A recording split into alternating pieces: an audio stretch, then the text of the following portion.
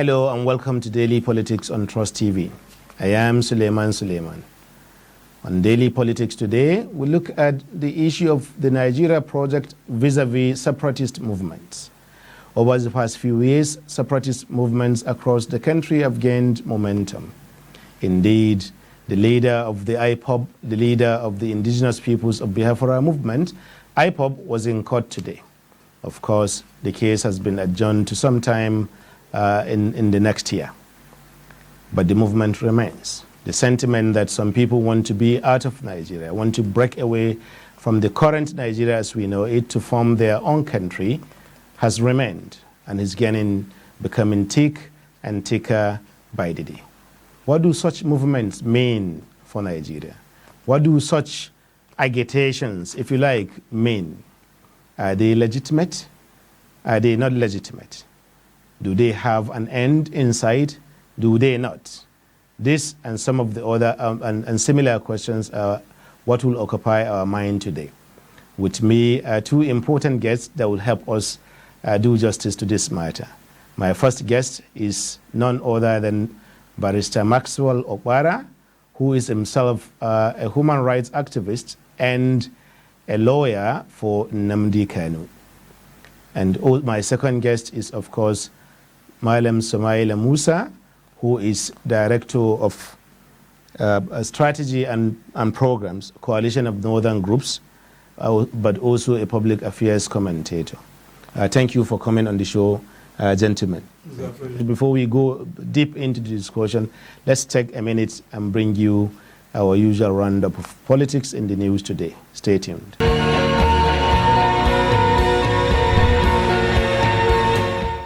President Muhammadu Buhari has congratulated Professor Charles Chukwuma Soludo, the candidate of the All Progressives Grand Alliance (APGA), for winning the gubernatorial election in Anambra State. President Buhari, in a statement by his media aide Femi Adesina on Wednesday in Abuja, also praised the security agencies for their determination to ensure that the election went on as smoothly as possible. The Senate on Wednesday approved the sum of $16 billion, 1 million euros, and a grant of $125 million as foreign loans for the President Muhammadu Buhari to fund its legacy projects. The Red Chamber specifically approved the issuance of 500 million euros from the Bank of Industries and 750 million euros Eurobond in the international capital market. In another development, Justice Binta Nyako of the Federal High Court sitting in Abuja has adjourned trial of the detained leader of the Indigenous People of Biafra IPOB, Nnamdi Kanu, till January 19. The adjournment came on a day Kanu's team of lawyers staged a walkout over refusal of operatives of the Department of State Services (DSS) to allow some of them to gain access into the courtroom. In a short ruling, though Justice Nyako expressed his displeasure over the conduct of Kanu's lawyers, she declined to dismiss the pending application and rather adjourned the case till January 19 and 20, 2022 for trial.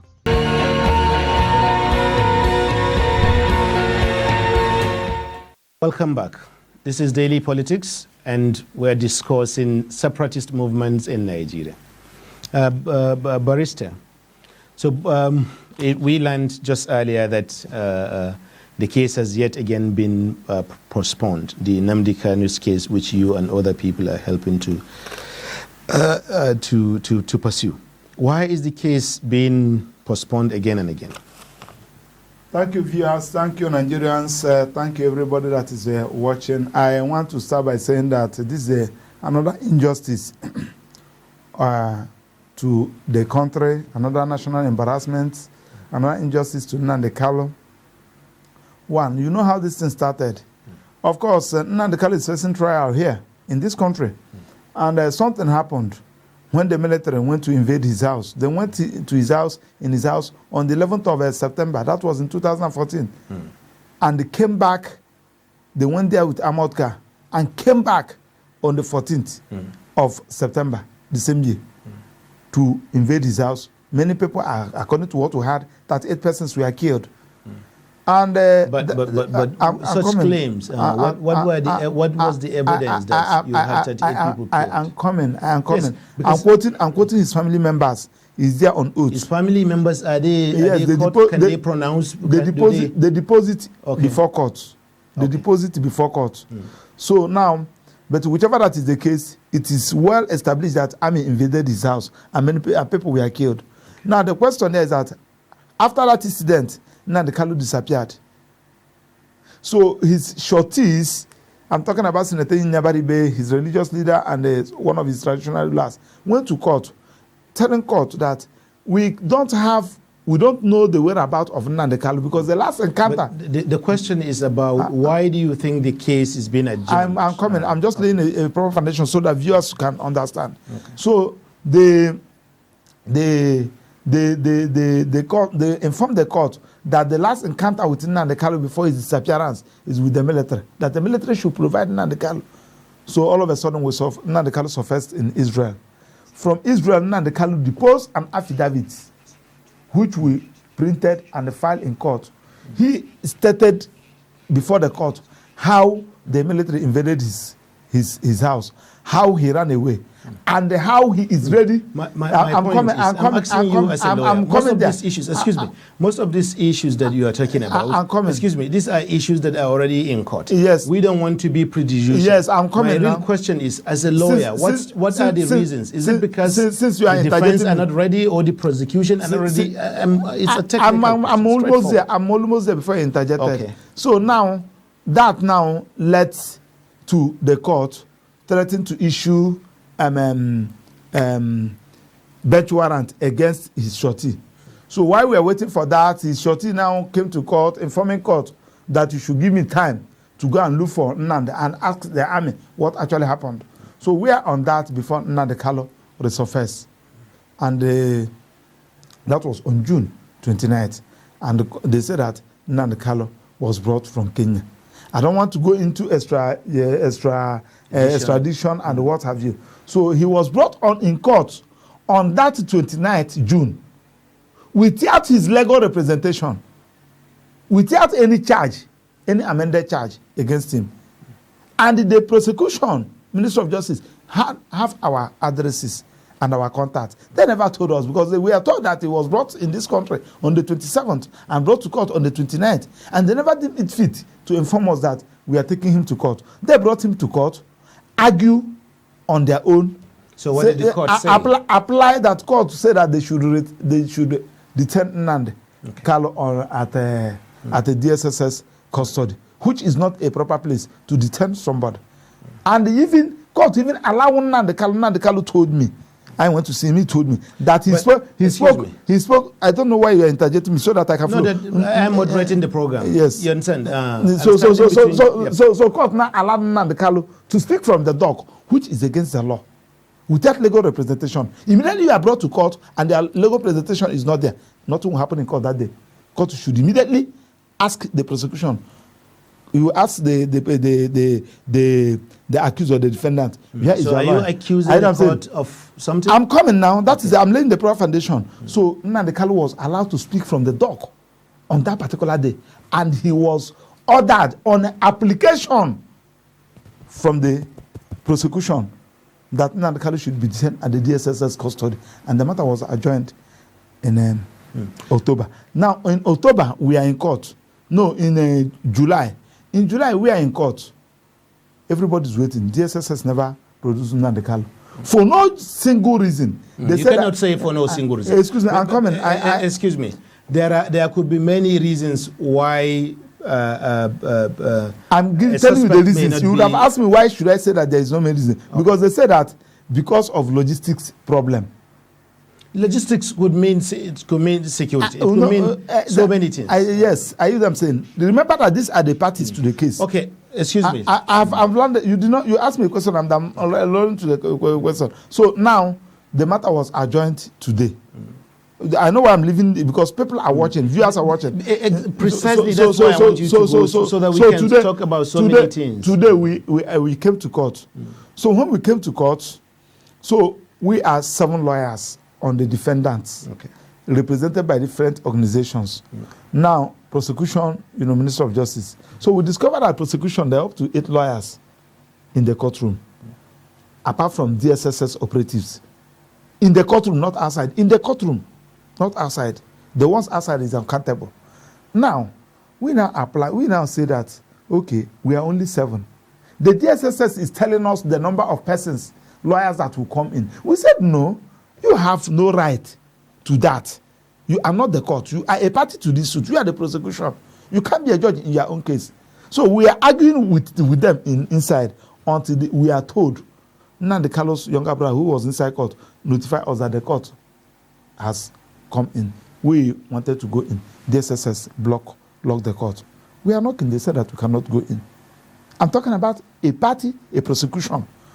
So we thought that ordinarily, you don't even need to have a law degree for you to... Can you please, because I'm rounding off. I'm rounding off. You see, I'm rounding off. I'm rounding off. You're feeling that I'm stopping you from speaking. But the question I asked you is, what informs intermittent adjournment of this case? That is what I'm saying now, sir. It's not a straightforward matter. It's not a straightforward case. Okay. So now, the court, what we had, the court now, Nnamdi Kalu said, my lawyers came in. Look at their books. Look at their week and count. They drop it. They want to sort out what the logistics say with this thing. The judge, we expected the judge to say, what is the problem? I want to see them. What is the problem? To resolve the matter. The judge now asks Nnamdi Kalu that he should defend himself.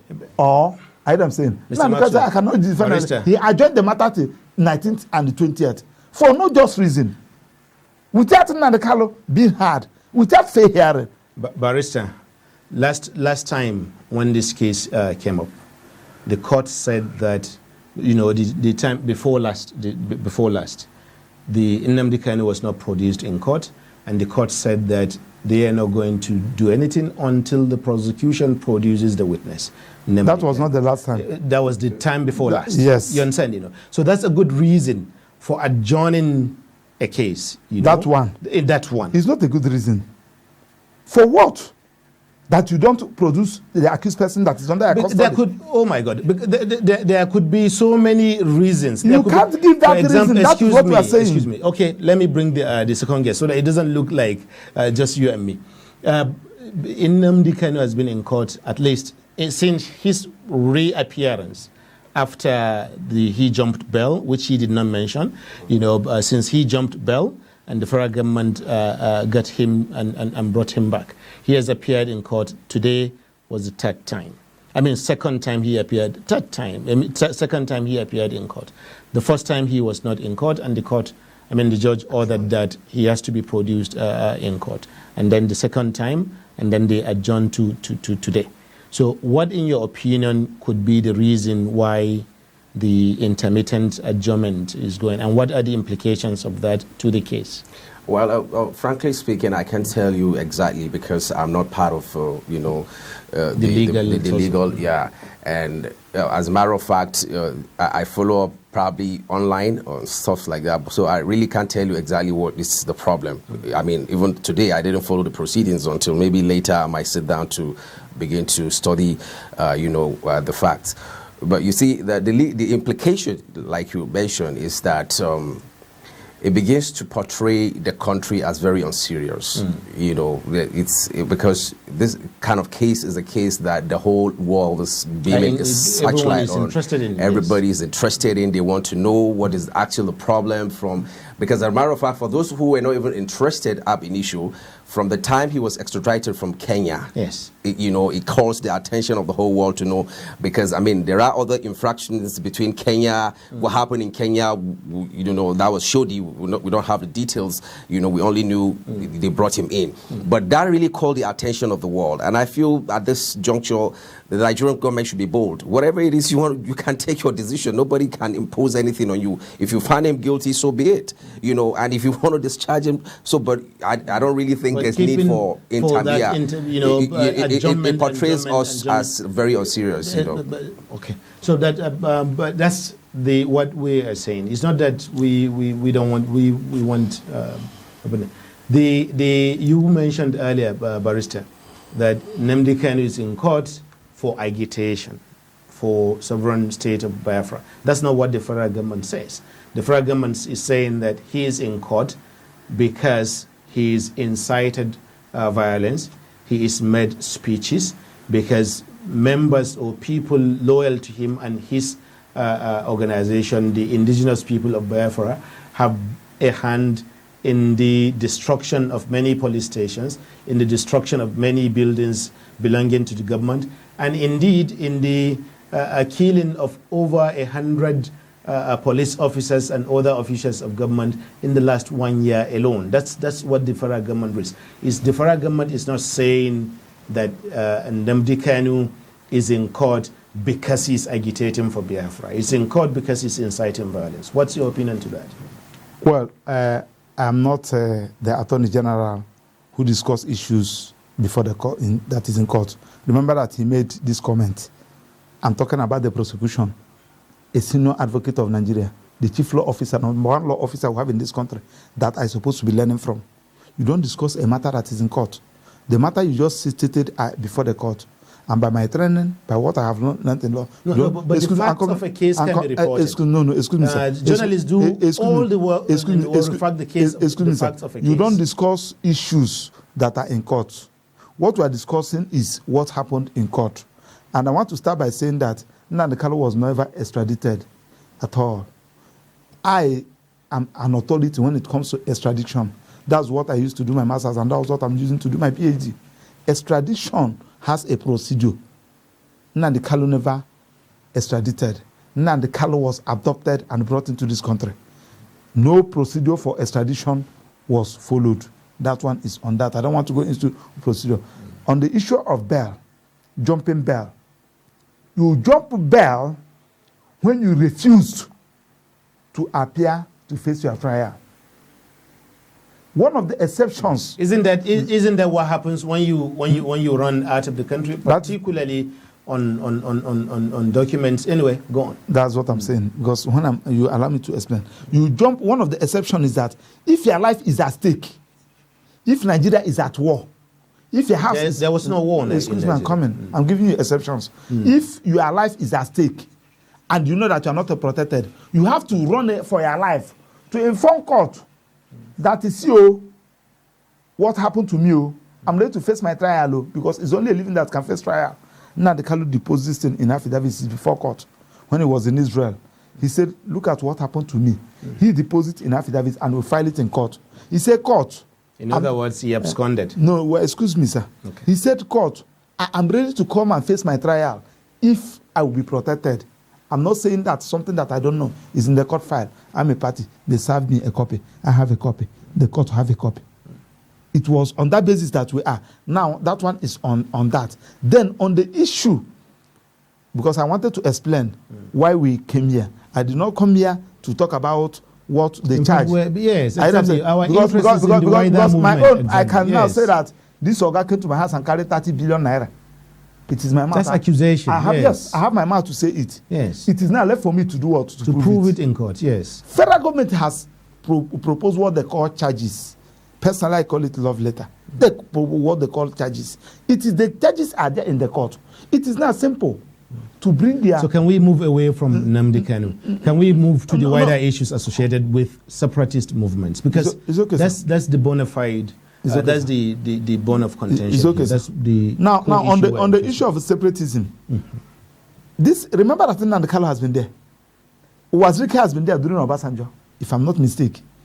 Wazirika was there during Jonathan. Wazirika was also there. You mean the Masob people? Yes. During Yaradua. Nnamdi Kanu was there during Yaradua. Nnamdi Kanu was there during Jonathan. So you feel that Yaradua was the name meant Niger Delta. They were there. So you feel that Jonathan Yaradua don't have all it takes to crush them under 30 seconds. So you feel that Yaradua is foolish in asking, what are these people bombing pipeline? Which way can we resolve this thing? But so you feel that Yaradua is foolish by granting them amnesty. You feel that Yaradua is foolish by giving them Niger Delta Ministry. You feel that Yaradua is foolish by bringing peace in Niger Delta. Are you proposing amnesty already? When you have you have children in your house and one or two is agitating. I want to leave this house. I want to leave this house. Thank you. Marlon Samaila, Yes. What's your opinion about, because you have one Nigeria. When we were growing up in primary schools and secondary schools, we were taught that we should take the national anthem and the pledge seriously. What is your impression of these separatist movements that becoming? Yeah, you see, the fact is this: we love to have a united country. We want to be one. You know, just as it's been sermonized into our ears right from when we were kids. But if it comes to a time that some people feel that this is not working for them, they want to opt out. I personally do not see any reason why you have to force them to stay. But however, there's a clause there. Are they actually speaking the minds of the, you know, of the popularity of the people? You know, is it a popular opinion that has been shared among these people who are actually agitating? If it is, how do you find out? Go for a referendum. You understand? You cannot force a people who are not willing. It's like, you know, forcing an unwilling slave on a master. You get what I'm saying? So really, you need to really divulge these issues. And as a matter of fact, at the level of CNG, that's why we're in court. Okay. We still went You're also in court on one of these cases? Yeah. We Suing the Attorney General, you know, the Speaker, the Senate President, the National Assembly as a whole, to actually, you know, provide a framework for whoever that wants to exit. We'll come back to referendum, but you know, there's no space for referendum in the Nigerian constitution as presently as it is. But it can be provided for. What we're asking for is for it to be provided for. Nigerians are the constitution, so I agree with that. We'll come back to that. But let me bring the barrister into the discussion. Barrister, he just brought another dimension to the discussion that. You cannot force people to remain within a federal union if their heart is not in it. But a crucial thing is whether that view is the view of the majority. Would you say that is the view of the majority? I want to take you. You're a journalist. You can go to Southeast to confirm. The people of Southeast, 90%, if not 95% of the people of Southeast now, not yesterday, now, are tired of this country. Why? Because they felt. But being tired of a country, almost all Nigerians are tired of Nigeria. Being tired of a country is not the same thing as saying that you want to succeed. That is what I'm saying. When somebody said that he's tired of staying with you, he means that he wants to leave. Now, what brought about all these things? How can somebody, if you watch in FCT here, the major business we have in FCT here is being owned by the people of Southeast. Why? I was going to come to that. How would the economic case for separatism? I'm coming. When you are living in your house, that your father is there, your father is a one rich man, he cannot provide security for you. Anytime your father want to share something, he will share it to other children.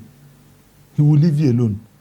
Remember that your father is a rich man. You discover that your father is specific. So, I'm saying, I'm just giving you. Can you give specific examples? Like in this Nigeria now. Yes. Here you're talking about security of this country. There is no person from Southeast is there. Okay. I'm talking about the chief of chief of defense staff. He's from Niger Delta. I'm talking about people of Southeast. Okay. You know what I'm saying? Now, when you're talking about go and check the appointments, and we are saying that yes, when you are doing this thing, we decided to come to one Nigeria. And one Nigeria, I should see you, Suleiman, as my brother. You should see Maxwell as your own brother. But when somebody has done to let me know that you are a Muslim, I'm a Christian, you are a Northerner, I'm an Easterner, showing it, you are bringing what we call the message of discord. And that is what we are against.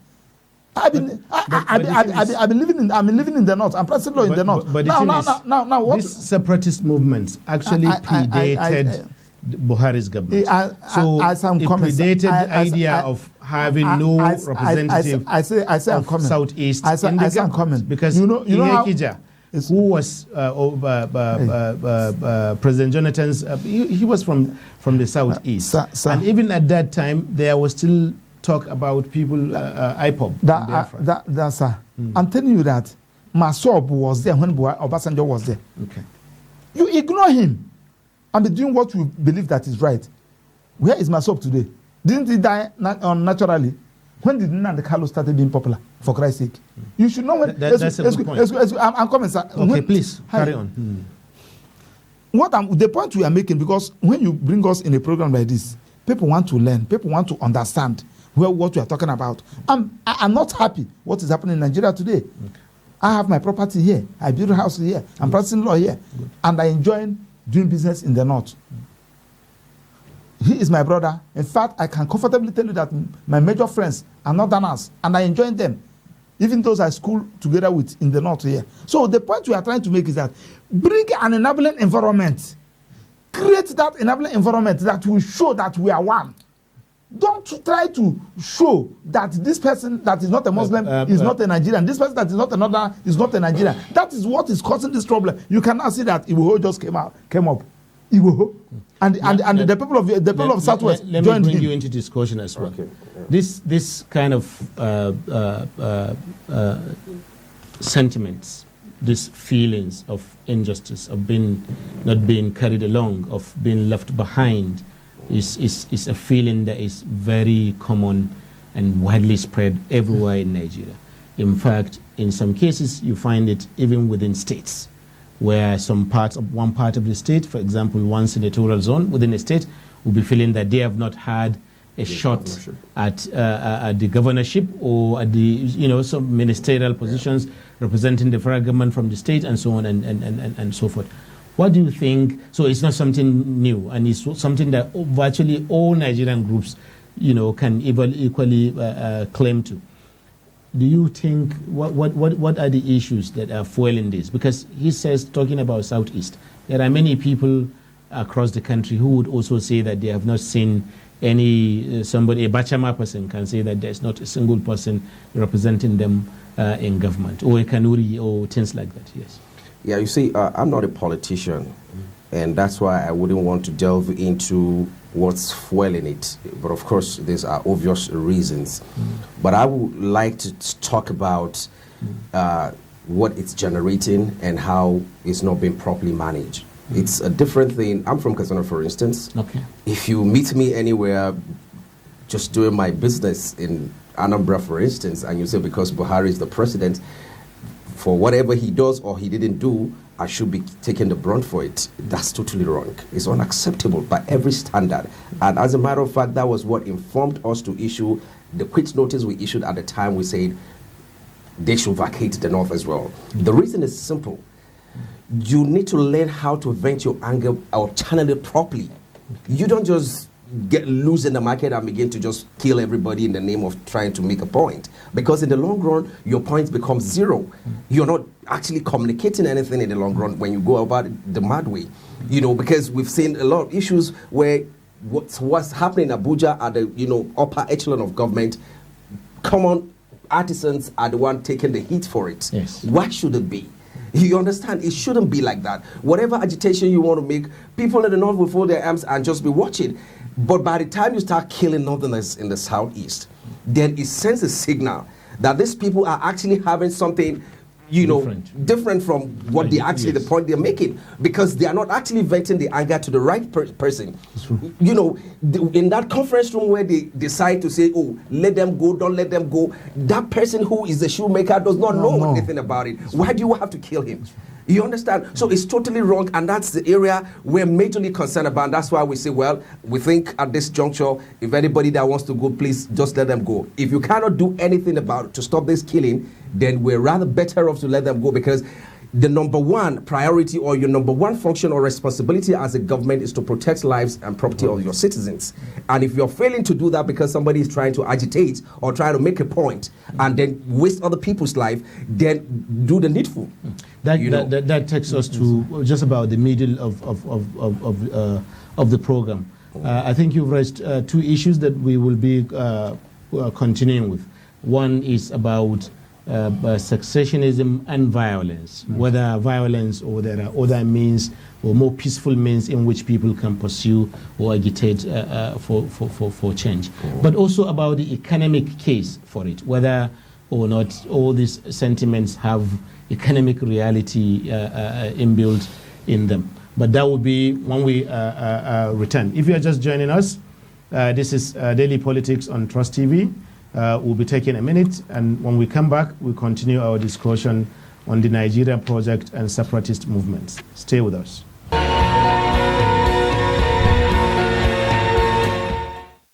Welcome back. If you are just joining us, this is Daily Politics on Trust TV. And our discussion today focuses on an issue that's been going on for quite a while across the country, the Nigeria project and separatist movements. So before we went on break, he was talking about how people can why it's not good to vent your anger on innocent people who are not, probably don't even know what Biafra means if you ask them, and so. What's your response to that? I grew up in my village in Omakazamu, in local government area of Imo State. I grew up to know that a visitor in my place is more protected than me in my village. I'm just telling you. My father, if you're a visitor, do you know that when we are growing up, you see all those visitors that normally come for a holiday, probably their mother is from our place and this. If you fight with them, my father will be flogging me without asking what caused the trouble as a small boy. So the point is, don't fight. My father believed that a visitor needs to be protected. A visitor must be protected. So just like what my brother said, it pains me when you see a common poor boy that is punishing you. But what about the police? I'm coming. I'm still coming to that. When you see punish, you are killing the person. Killing him for what? Is he the lawmaker? He's even suffering more than you. He's even suffering more than you. I do go to the north.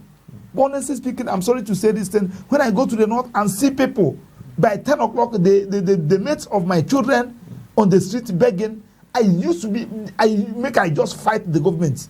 I said, these people are very wicked. These people are supposed to be in the school. You see, this the mate of my first son, my second son, my third son, and my daughter. Why should they be begging? They should be in the school. 10 o'clock, 11 o'clock. What is this government doing? And these are the people that have been ruling. And if you should ask those people from the north, they will say, please come partake this president of a 10. Because they are not benefiting anything. So, but doesn't that show you that they are suffering? The situation is bad for everyone? I'm going to. Those people who are killing people, to be honest with you, nobody. If you watch, anytime there is a crisis in the southeast, it runs in us. The people that normally provide security are the governors of the southeast. If there is they say probably there is killing in the north. Watch anybody. The people on the southeast. Governors will provide security, deploy security where those northerners are doing business. I have witnessed it and I can vouch for it. That one, on the issue of killing police, my brother, how can you live in your street, in your place without police? If police go on strike today, they say police don't go will you come out? Somebody who is killing police officer, is that person normal? But the government says IPOP have been doing that. That is what you are saying. Now you are a governor of a state. And somebody killed, they say, unknown gunmen. And newspapers have also reported. Excuse me, unknown gunmen the first day, unknown gunmen the second day, unknown gunmen the third day. I will resign as a governor. In my state that I'm governing, they kill, just like I'm from Imo State. Let's just take Imo State. You kill the first day, you kill the second day, you kill the third day, and I'm a governor. I open my useless mouth to tell you that it's unknown gunmen.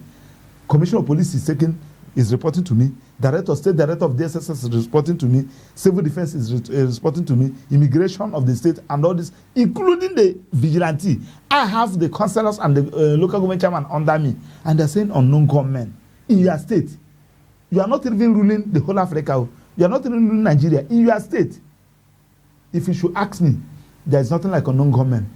So you mean that the governors know? They don't know them. Okay. If they say that, why are they not mentioning them? They know their business.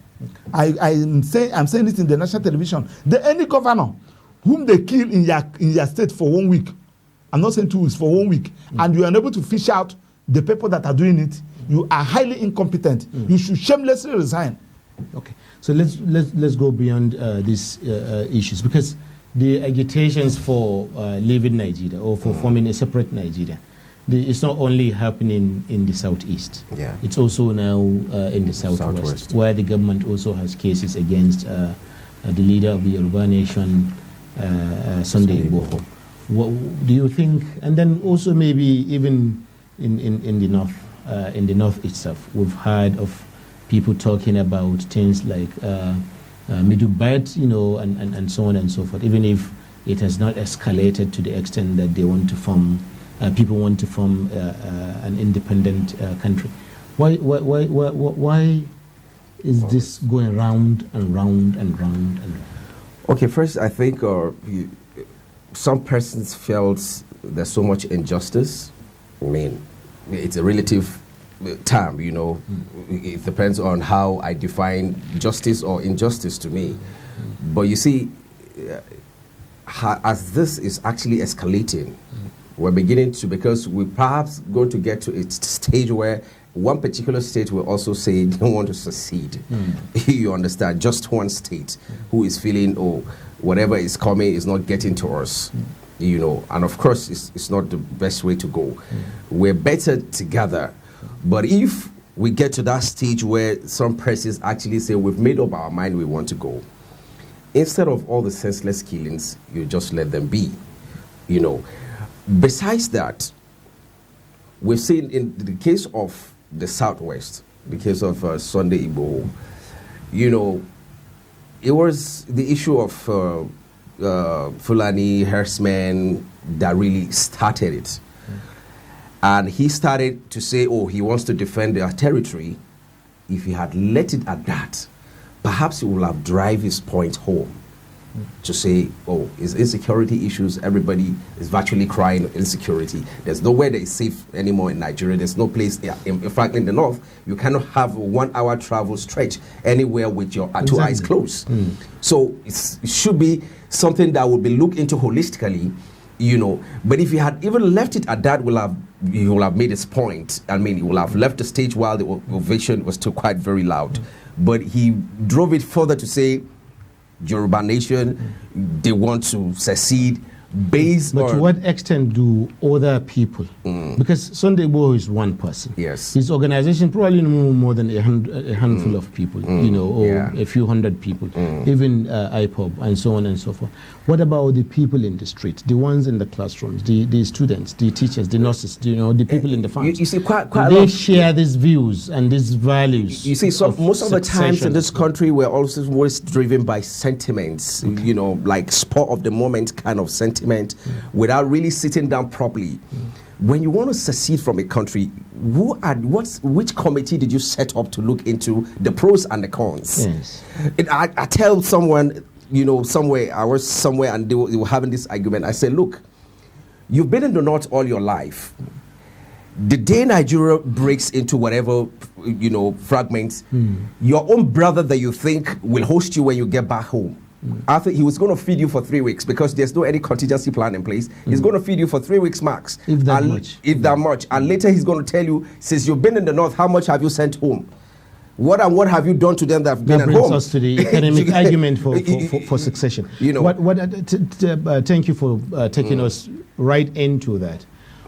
Sometimes you wonder whether the economic argument for Biafra even exists, particularly now in 2021.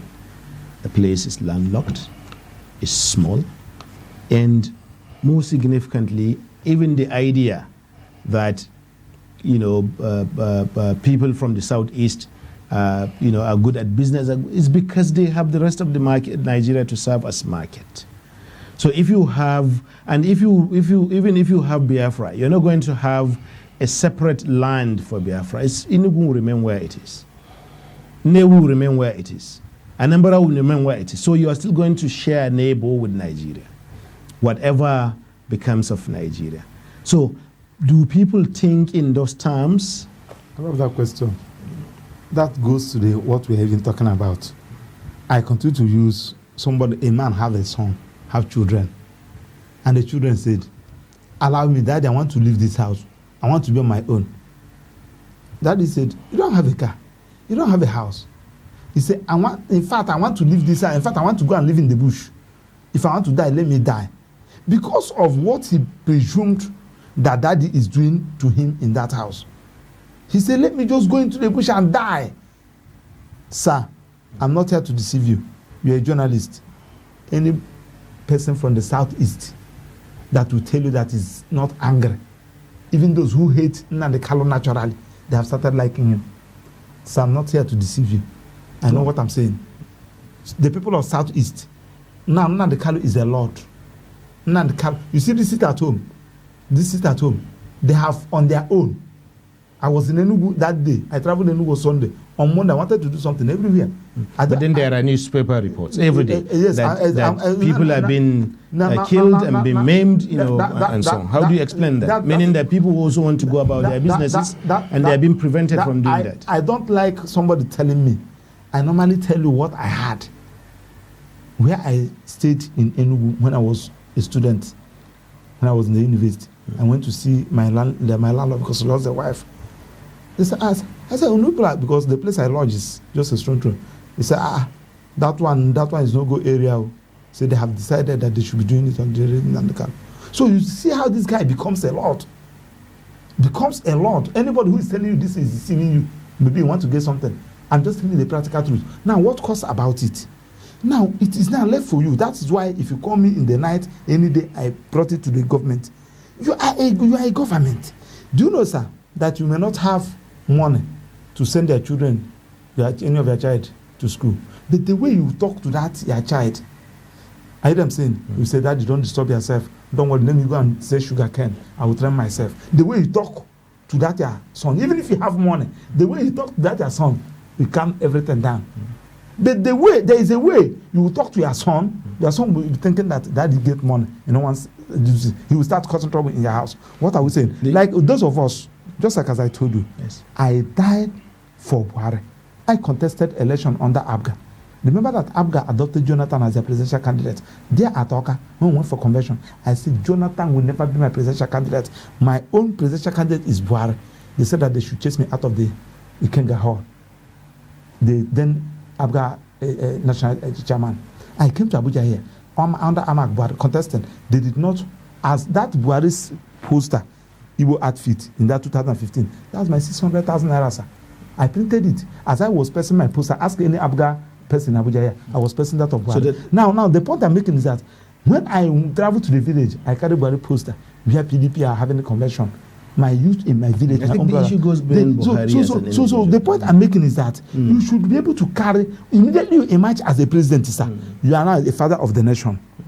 You cannot say that you cannot leave those who voted you. I hear them saying you should be able to carry everybody along. Even if where you want to cheat those people, you can be talking to them, telling them that. He's talking about the relationship between federal government and every people that particularly in terms of communication.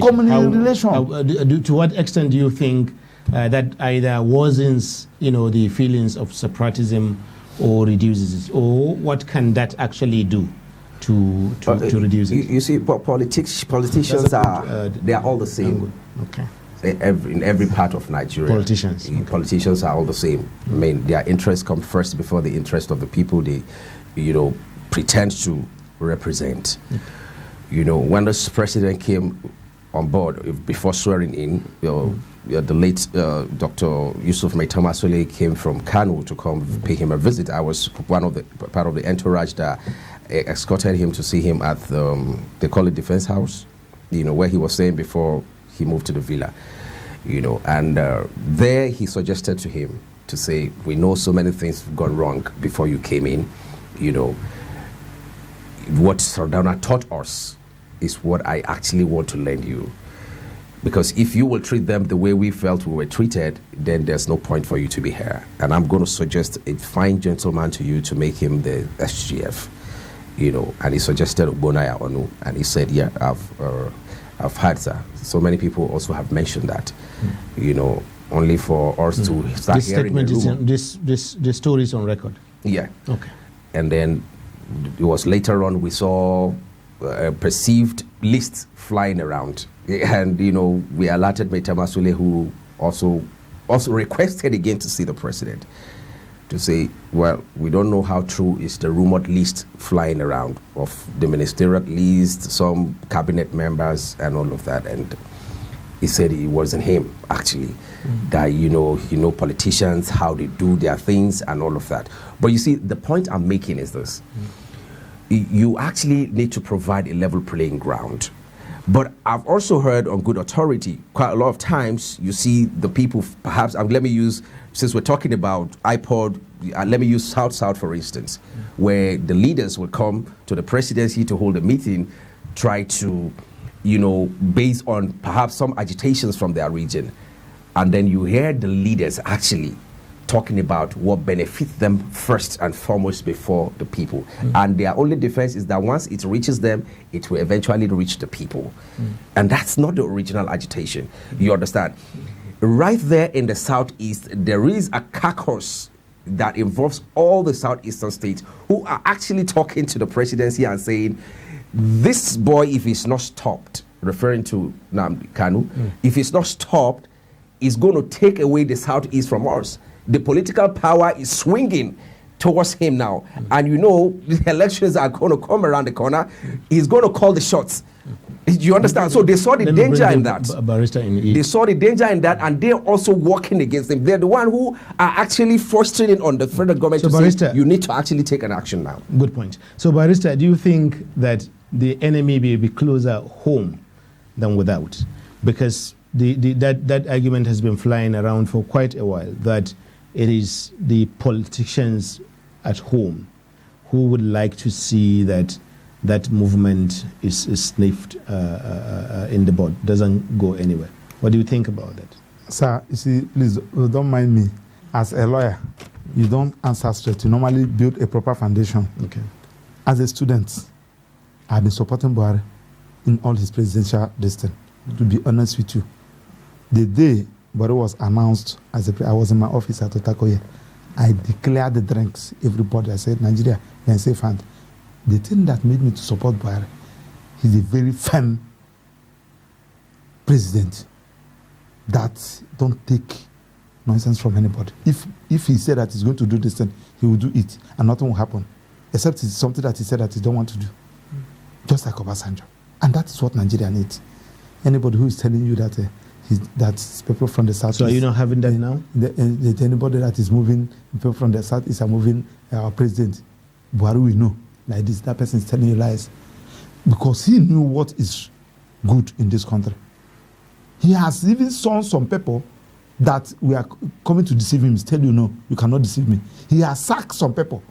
Is he not the person that sacked the Minister for Agriculture the other day? Did he, when they signed order for local government and judicial autonomy, when people are talking, he signed it, he maintained it.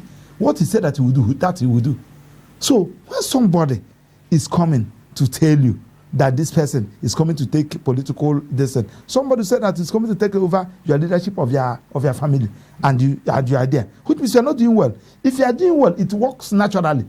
What am I saying? If you are a Imo State governor and you are doing well, sir, as a journalist, do you need to go to Imo State to know that this person is doing well? If they ask you now that who are the governors that are doing well in Nigeria, you can close our mouth and mention them. So the point we are making is that you are the president, the father of the nation. When I come to tell you that, sir, watch, we don't watch all these things for movie. Watch the way this guy is going. If you allow him, he's going to overthrow you. This guy overthrowing me, you now come back to the drawing board. What can make this person overthrow me? I just give you an instance. Sir, you can bear me, you can testify to that Nnamdi Kalu's popularity is increasing every day. Yes. That is the simple truth. Yes, that's the simple truth. Yes. That Nnamdi Kalu will be somebody in the prison that has no communication. His position is making effect in Anambra election, and you have a governor. You said that you call yourself a governor. Why not come back to the drawing board? Look for those things that, sir, do we need much? We don't need much. Yeah. What we need is enabling environment for us to we are serious-minded people. Sometimes the federal government is targeted. You know, the federal government is targeted for even the failure of governance at state and local levels. So, for example, you are agitating against injustice from the federal government, whereas you have a governor closer home to you. You have local government chairman, you have speaker state assembly, you have a state house of assembly, you have representatives from your state who are in Abuja here to represent you, both as a state but also at the level of population in the House of Representatives. So is it that people are mistaking or mixing issues up? Why is the focus always on federal government or the person in the president? Yes. Yeah, you see, though, that's perhaps what we inherited. I'll say quite a lot of, even generations before us inherited that, to say whoever is at that pinnacle is the one who calls the shots. Okay. And, he is in charge of virtually everything that happens. You understand? But because, you see, it's why I say we inherited it is, in actual sense, a lot of times that's not the reality. Because you find a governor, and let me even come back to the north now, you find a governor who collected security votes, from the federal, and yet he pocketed the whole, not a fraction of it, he pocketed the whole. And there was an incident of cattle rustling in states. He is the first to call the attention of the federal to it. Because, you see, if we're actually using our heads, we will know that from that security vote, that incident will have been nipped in the bud by just calling the people to say, oh, this particular area that we had incidences of cattle rustling, who are the people? Profile them. Let's see what we can do from this security vote. How much is a cow? Somebody's 50 cows were rustled. Give him 20. You understand? Or give him 10. He has a sukkah, he has something, there's a fallback stuff on ground for him. Rather than just leave them to nothing, and then, because there's quest for survival, he begins to run helter-skelter to say, I need to survive, all my cattle are rustled. What do? They give him gun. You understand? That's the game. So he also enters the jungle and continue with the same method that impoverished him. He also want to do the same to other people. So really, it's actually a mind game, and it's psychological that we always looking at the top. The man whose governor collected security votes and is not even spending a penny from it, is not even looking at his state governor to say, account for this security vote you collected this month. We've had an incident in Oyo State. We had an incident sometimes back in Oyo State where the godfather at the time, Adedibu, said, yes, if you say you are collecting security vote, I'm the one holding security in this state. If I say nobody coughs, nobody coughs. Who are you? Why are you spending it? You need to be accountable to it. You understand? And the man was, in actual sense, he was right. Because you use, these are the people you use. When you need talks, you go to them. And when issue of security comes, you don't feel those are the people you need to take care of, because they are the ones to know who is to actually cause chaos. You understand? So some leadership at different levels make us to believe that, we are not getting anything. We are not getting anything. The thing is there in Abuja, is there at the top, is at the villa. And that has sunk into the psyche of the populace, and we always feel, it's actually it falls on the desk of the president to call every shot. Thank you. But you started. So normally I end with a different person than started, but today I'm giving you the last word. So this is our final question. You've been talking about injustice. That what father does, the children feel sad about, or feel that there's injustice. What can you say that governors at the local level, governors in the 5 states of the southeast, and local government chairman and the entire governance structure at that level, what can you say about what they can do to reduce all the agitations, or at least to make people identify with the current structure in Nigeria? In 1 minute. The body structure of the president. Listen, let me tell you, sir. This is how all these things works. If you watch the way I'm saying this, and I'm just saying it as it is, except we are here to come and play. No, we're not. Now, if the governor, the governors of the 30 states, including the AFCT minister, discover that this president is a non-nonsense president, that is not ready to cover anybody, whether APC or PDP, everybody will sit up, sir. What do I say? You give bailout fund to them because of the economic situation of this country. Some people carry that money to go and buy houses in Dubai. Some carry it and did this thing. What are you expected to do? And there was a petition before you against them. You start with Commissioner for Finance, Accountant General of the state. All those persons that I hear them say, get them arrested. You know the governor, he's under immunity. Get them arrested by EFCC. Investigate them, prosecute them. Use 2 or 3 states as an instance. Every other person will set up. When the APC national chairman come to beg on their, I will walk them out. You walk them back. Remember that when Fabian Osuju was the Minister for Education, he collected bribe, I think 50-something million naira, according to what we had then. Obasanjo was in Germany, heard about this. When Obasanjo came back, he dismissed him. All effort for him to see Obasanjo dismissed him. What happened to his Inspector General of Police? That time, yes, take it or you leave it. People have respect for Obasanjo for that. Set somebody up. Now, everybody is now coming to APC. So you're saying charity must begin away from home? With them. Because rather than from at home. Because why these things are, I'm feeling for him. I'm feeling for the government. Why all this pressure is coming is because there is problem in the at the local level. Okay. There is no functional local government in Nigeria. There no functional local government system in Nigeria. To be fair to the government, he has given them immunity and they have even refused. The state houses of assembly have refused. Excuse me, sir. That is the reason why you use those that are not under immunity. Hit them. And when you hit them, remember that immediately they give evidence and everything, you prosecute them. 30 more seconds. Those ones are there for the governor. Anytime he resign, you discover that when you are hitting them. Thank you. If you use a APC government. Thank you. This is where we come. I so much appreciate. This is where. Thank you, Mr. Barrister Maxwell Okpara, and thank you, Marlin Samaila Musa, for coming on the show. We're looking forward to having you once again on the show. Thank you. Thank you, viewers, for staying with us. This is where we come to the end of today's show, and hopefully you join us again for tomorrow.